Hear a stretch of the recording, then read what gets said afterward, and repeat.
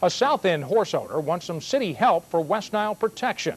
One of his horses became the first in the metro to be infected by the virus. Now Alan Sherrard is afraid other horses he owns or members of his family could also come down with the disease. News Channel 32's John Charlton is live at the health department with more on what officials there are doing about this problem. John, how about it? Well, Rick, health department officials say their mosquito spraying and larviciding programs are ongoing due to the warmer temperatures we've had. The health department is responsible for public property, but Alan Sherrard argues it shouldn't overlook his property. Good prairie.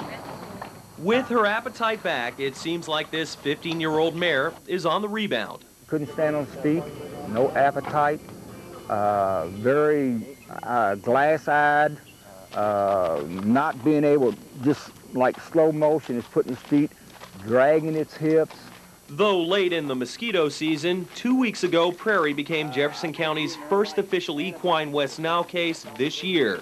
Her owner, Alan Sherrard, says a horse a few houses down also caught the virus, but died over the weekend. Was a horrible, horrible death for horses. I mean, it is a very, very painful thing for a horse. Sherrard blames the city most for what ails his horse. He claims an MSD right-of-way runs through this muddy patch on his property, which becomes a mosquito breeding ground after every downpour. If they would correct the flow of the water, it would stop the standing water.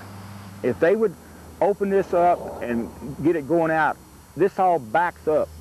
They need to correct and let this water flow out. This main ditch, it all stops here and backs up. Sherrard says MSD told him it could take a couple years to fund a drainage project on this land. In the meantime, Sherrard and his neighbors argue the city should spray for mosquitoes here before someone other than a horse gets infected.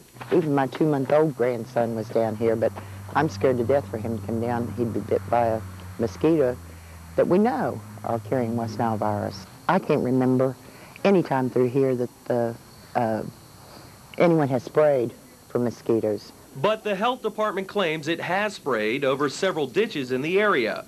That was prior to prairie sickness. If they was out here spraying, evidently it's not working or they weren't out here.